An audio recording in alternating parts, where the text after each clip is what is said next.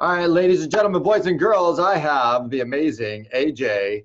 AJ and I go back way, way back. It was funny. I was visualizing AJ is sitting across from me. He's 19 years old and he is interviewing for a job at the Mike Ferry organization. And of course, I'm interviewing him and I go, there's something about this kid that is awesome. I know his cousin. So I said, let's do it. And in a short order, at 19 years old, he becomes a top salesperson at the Mike Ferry organization. And then a couple of years later takes off and goes off onto his amazing career. Now, what we're going to talk about today is AJ is really a digital marketing expert. He has been behind the scenes on some big celebrities, some major players in managing what they're doing online, from between social and video to their websites to traffic and conversion. So he has been behind the scenes and creating huge amounts of success for a lot of big players. So today it'd be great, AJ, if you can help us out, because we're all morons when it comes to digital marketing and what we should or shouldn't be doing. So super excited to have you on, man. And anything else that I'm missing in that intro to set you up for a great interview? Cool. I think I was like 17, 18, by the way. Yeah, I know, right? Right. I was fresh out of college and I got out. But no, I think that did a good job at what it is that I'm doing. Cool. So Awesome. thank you. Excited to be here. Thank you. Yeah, no, great to have you, man. Because it is such a big topic right now. What do we do? There's so many platforms. There's so many options. There's so much advice around kind of the what to do. The 10 posts a day, this, that, the other. So if we can kind of help sort through some of the craziness and give some good tactical advice, that'd be amazing. So let Cool. me ask you one really just simple question, which is what is kind of one thing that you see that real estate agents are making in their social media right now? What they're What's one make thing that you kind of see? what they're making, what they're missing. Both, either one. Oh. I mean, like, this year is when things started accelerating, right? Like I've been in the business in the digital marketing business since like 2009 or 2010, and it's interesting to see that a lot of the things that were happening before are still like the things that are consistent now. But I think it was when the pandemic happened that now everybody's like, okay, this is real and we have to jump on it. So a lot of the things that sounded alien to people before, 5 years ago, is now like, okay, this is the way of doing things. And it's interesting to see real estate agents just because I've kind of been in that family, Right. Right. since for a really long time. And I worked with quite a few. But one thing I am noticing with agents is that they still don't consider their investment in the digital space to be serious. They still try to look for shortcuts. They still try to like automate it and like just try to get it out of the way. Whereas it's really the front. And the way I describe it, it's like in the past, realtors would have like a nice car because their first impression would be, when they go to a listing appointment and it's like, oh, this person has a nice car. Whereas today, I think it's the website because any prospect is going to look at your website, they're going to Google you, they're going to look you up. So your brand and how you are online is going to be their first impression of you. And I don't think most people are realizing that. Mhm. Yeah, the one of the hot topics right now is kind of is like doing an online presence audit, right? Yeah. Like, okay, if I Google my name, I Google my city, I Google, kind of my company, my name plus company, what do we see? Right. And then how is Google prioritizing it? And then, and then, what are the dominant players there? And I think most people would be shocked at kind of what they're seeing. Yeah, and the other thing I noticed is that a lot of it's kind of boring. Like a lot of realtors are just still talking about like stats and numbers and it's kind of boring and what I think most people are going to start to realize or at least start to realize in the coming months and next year is that you need to provide entertainment value. Mhm. Like the reality is that now everybody's online. There's billions of people online. There's billions of channels that you could be paying attention to. Mhm. So if you wanted to attract people to pay attention to you, you got to be entertaining. And I don't mean that you need to like become like a Saturday morning cartoon character like some people like become in different entertainment industries. I mean like you gotta be a storyteller. You gotta be interesting. You gotta put more of your personality into it. And you have this stage to be in front of people like yeah easier and more frequently. I always like to talk about what I'm doing with my clients as helping them create like this virtual salesperson that's delivering the perfect pitch that you keep you keep optimizing over time. Right. So whereas before you're going on foot knocking on doors, and well, yeah, that could be a good thing, but as of right now, it's really hard to do that. But with the online space, this is your air support. This is happening 24/7. So I think you got to put a lot more attention to it. Yeah, I like how you said that, kind of the online sales force where you get the ability to craft the perfect pitch. And I think, one of the things that I've been talking a lot about is like, well, what is your offer? Like, I think a lot of agents are kind of missing that they have an offer. And so they do a lot of information, stats, just listed, sold. They kind of like just throw information at the online world. And Yeah. I think they're kind of missing what you said, the entertainment value, but they're also missing like their unique insights. And then they're not offering anything, right? Yeah. So like, oh, I'm not getting any business from social media. Well, did you offer anyone anything? Because if 10,000 people saw a message from you as a real estate professional, and not one of the 10,000 people made a decision to reach out to you, that means that you didn't ask them to do that, right? Yeah. Like, you know what I mean? Like, or you didn't offer anything of as to why they should. And so I think I'm going to steal your perfect pitch example because it's really good. Yeah. If you don't ask, then you're not going to receive, right? I mean, that's the bottom line. It's That's like, the bottom line. Yeah. So it is a big, we are in the space where it's like, I call it edutainment, right? Education and entertainment, edutainment.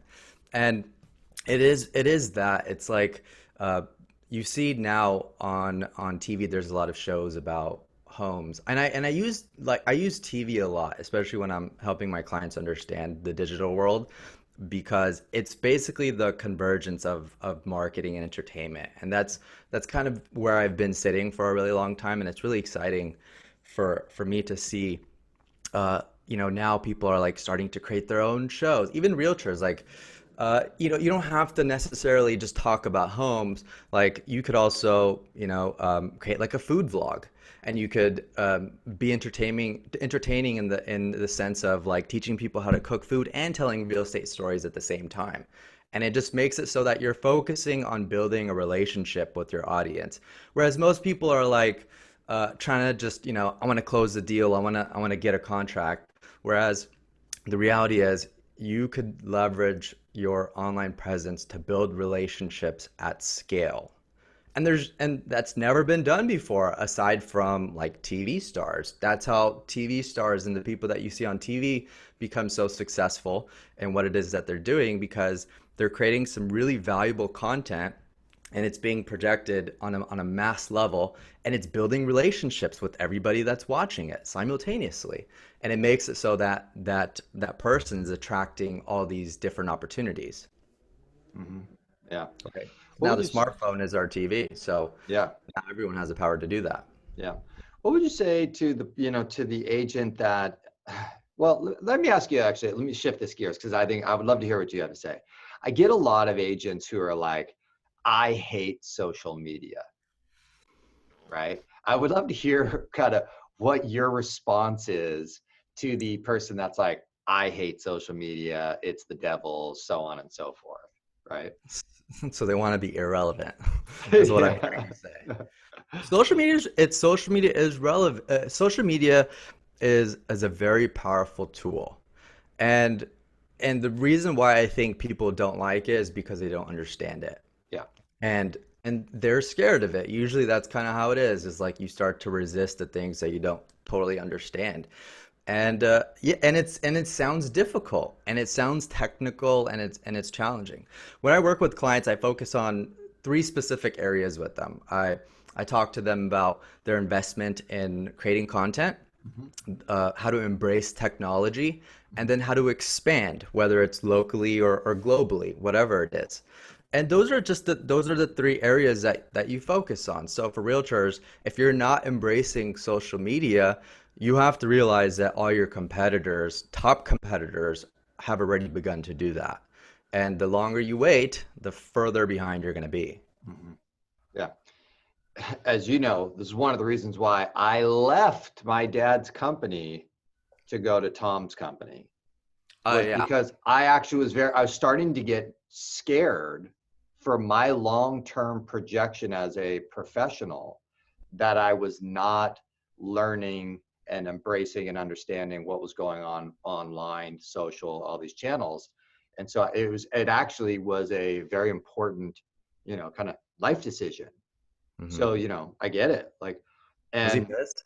yeah, and one of the things in AJ, you can appreciate this, right? Is one of the most important things I've been learning or looking at lately is how quickly we are able to learn a new software. How quickly can we kind of deconstruct software and utilize that tool in our business and in our lives?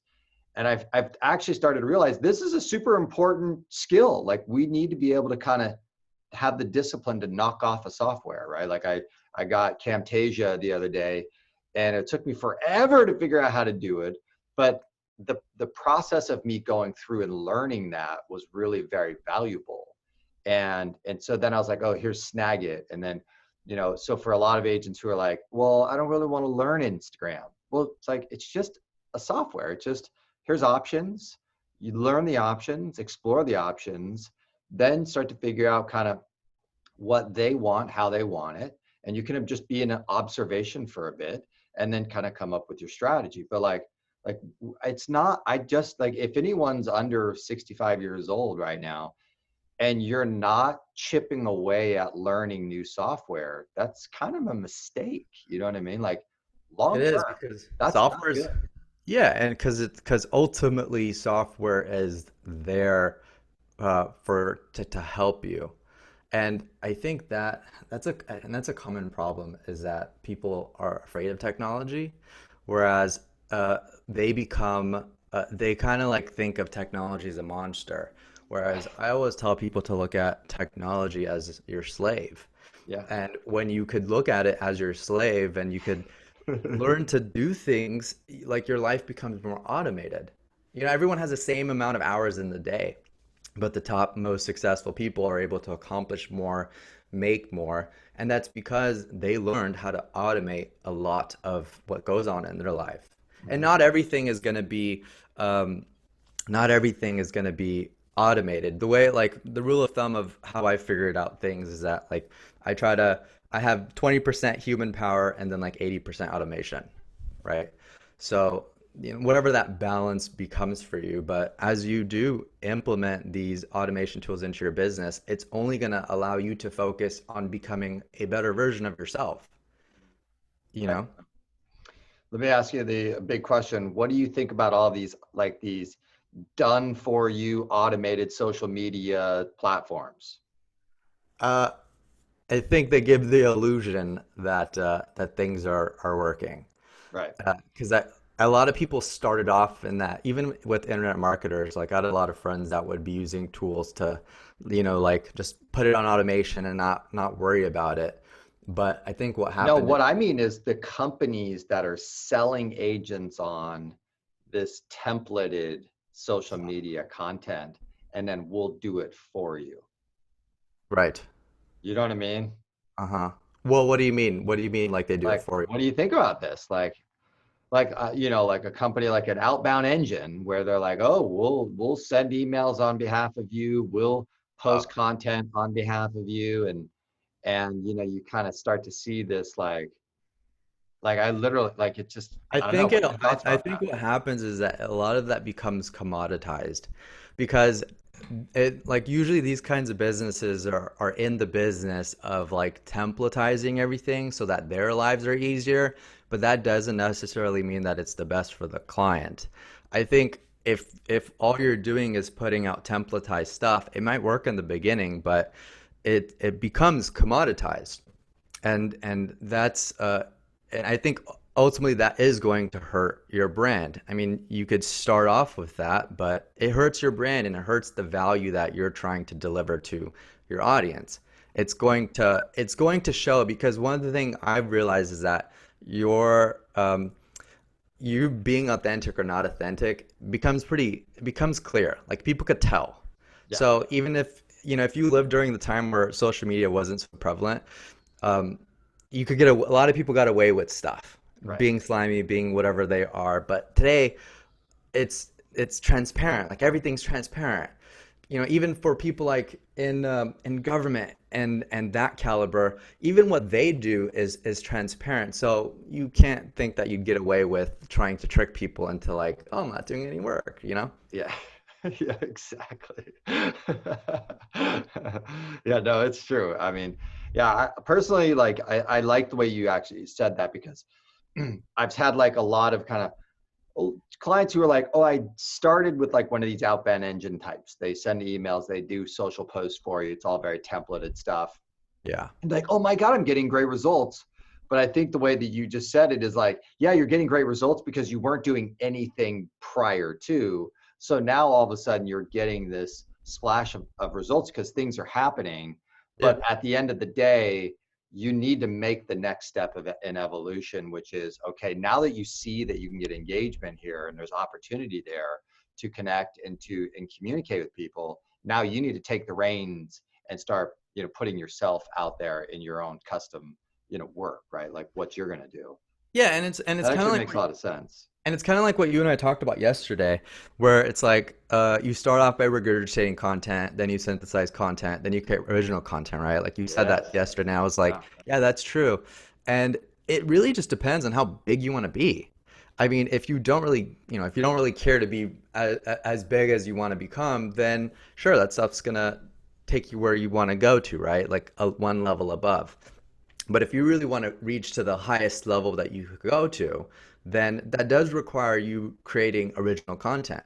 Original, like if you look at the top companies in the world, the Apples, the Netflixes, the HBOs, they're all investing billions and billions and billions of dollars into content.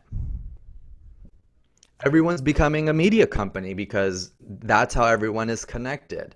And an agent doesn't necessarily need to invest millions of dollars or whatever on content, but they do need to invest hundreds of dollars on content or thousands of dollars on content because that's what will attract eyeballs. That's what will get people to pay attention to you. Attention is currency. And if people aren't giving you attention, then you're going to just become irrelevant. Yeah. Yeah. And actually, I like what Tom says, where he says, marketing is just math. And I think, when you really look at the math of what we just summarized, like the math of attention, right? If we can put, some quality content that represents you well, that you're either sharing or educating or entertaining people, but the math of it, when we can get, 5,000 people to see you or become aware of you today for free, right? That the math of that eventually just works in your favor. And it kind of dawned on me, when I was watching the Success Summit with Gary Vee and Tom kind of doing their thing, and they're kind of talking about, oh, well, you should be doing like 5 posts a day on LinkedIn. And in my first gut instinct is, oh my God, that sounds horrible. I want to shoot myself in the face. But when I just took a step back and I just thought, okay, as a marketer and as trying to create a result, the math of that actually is amazing, right? Meaning that like if I put 5 posts a day at 5 different times, the based upon the way the algorithms work today, your post is not going to be seen by the same people, right? And so I was like, oh shoot, I was thinking that basically everybody would see the same post, so they'd be annoyed that I did 5 posts a day. That's not how this Right. works. And then I was like, oh shoot, that's interesting. And then I was like, oh wait, what are they really saying? They're saying if I post here, I get this many people to see it. If I post here, I get this many new people and this many. And so at the end of the day, it's just math. If I got 5,000 people to see my brand as a real estate professional on that channel for free, the numbers will work in my favor. And that was like a big kind of epiphany moment for me where I was like, oh, wow. Because like all I could think about, AJ, between you and I was, all I thought about was like Christoph Chu in 2010. You know what I Yeah. mean? Like when I would open up my Facebook feed, I'd see like 10 posts from Christoph Chu, Yeah. but that was 2010. Whereas Yeah. like today, I'll occasionally see one of his, right? But he might be posting 10 times a day, but the algorithm is smart enough to not show me that. So Yeah. that's where it kind of dawned on me. I was like, oh, a lot of my old thinking of too many posts is annoying to someone like me. That's what an agent would say to me. It's like, no, no, no, no. That's not how this works, right? Don't worry. Your mom is not going to see all 5 of your posts today, right? Yeah. I think too much. And because the truth is that there's a lot of people posting, so there's only so much space on the feed, and people are looking at the feed only so often. So yeah, it is important to create more content a little bit more frequently. And I can also understand that it could feel a little bit daunting too, to like, oh, I gotta post so much content, so much. But you could ramp up to that, right? You could ramp up to being a lot more frequent. Main thing is create one thing that's really good, and then you could cut that into things. Like I have a client that's a food vlogger, and he'll create a dish, and then with that dish we'll extract like tips and tricks from things that he does as he makes that dish, and then we take that tip and trick and turn that into a graphic. And now we have a video, we have a couple graphics out of that one piece of content, and it continues to give that audience more and more value. Yeah. So there's creative ways to do it. It does take your investment in time, your investment into creativity of producing something good. Yeah. I think it's like the unfair advantage that I think an artist has in the world of social is that they start with like an inspiration, and if you tell the story all the way to the end of the final piece, that Mhm. is actually brilliant, right? Like that's fun to follow from inspiration through the trials and tribulations to the end. Yeah, And so but for a real estate agent, the thing that I think that most real estate agents need to really practice the art of is they need to practice the art of some of the from the beginning, the trials and tribulations to the end of a client's journey with them, right? And all of the unique nuances that go along that way to the I wrote an offer and I was competing against 10 other offers today. Wish me luck, right? This is how crazy the market is. Like that would be an interesting that's cool. post, right? Yeah, that is Or cool. one of my great mentor friends, she actually laid out 13 offers on a table of one of her listings and took a photo of it, That's right? cool. And she was like, I'm excited to be able to present 13 offers to my client. And there's also a lot of drama that occurs. You know what I mean? Like, wow, I didn't realize that you can have $25,000 worth of termite damage in a property, right? Like, and we had to negotiate the $25,000 termite damage and resurrect something. Like, there's so much interesting stuff that happens in the journey that I just feel like everybody just posts the result. You know what I mean? Like I sold it, I listed it, this. But it's really like in the journey that's actually super fascinating, great stories, lots of drama, good tips, good, you know what I mean? It's kind of like just your recipe thing. It's like that's so on point. You know what I mean? It's like it's not here's the dish. It's like from start to finish is all the cool stuff. The finish Yeah. is just the finish. Finish is just to finish. You want people want to see that journey. Yeah. People want to see things being created out of nothing, you know? Mhm. They like that. It's cool. It's Yeah, magical. And I totally. think your idea of what you just said, it's pretty, you're right. Real estate, it has so much drama. And that's why there's so many TV shows on real estate that are out there. And that's why the people that are on those shows do so well because it's entertaining, it's interesting, and anybody could, it doesn't have to be at that caliber, obviously, but No, I think like the examples that you gave, they do sound interesting, and they are things that the average person doesn't really pay attention to. no, exactly. And yeah, that kind of, I think it also takes the edge off the agent, right?